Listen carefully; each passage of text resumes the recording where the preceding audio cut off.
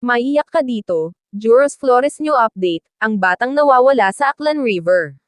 Kahit sinong tao ay maiiyak dahil sa araw na ito ay graduation na ni Juros Flores kasama ng kanyang mga kaklase sana, imbes na masaya ay lungkot pighati at pagdurusa ang nararamdaman ng kanyang mga magulang, dahil wala itong personal sa kanilang tabi na aalalayan sana sa kanyang pagmarcha papuntang entablado para tanggapin ang recognition o honor man kung mayroon, pero sa halip na ang buhay na Juros Flores ang magmarcha ang kanyang larawan na lang ang nakadalo, dahil hanggang sa kasalukuyan ay hindi pa rin nahahanap SI Juros Flores, mag-aapat na buwan na ang nakakaraan mula nang mapabalitang nawawala ito sa Aklan River. Ano na kaya ang tunay na nangyayari kay Juros Flores, naway sa pagdaan ng panahon ay matudukan na rin ang paghahanap sa kanya? Ano ang masasabi mo dito kaibigan? Maraming salamat sa inyong panonood.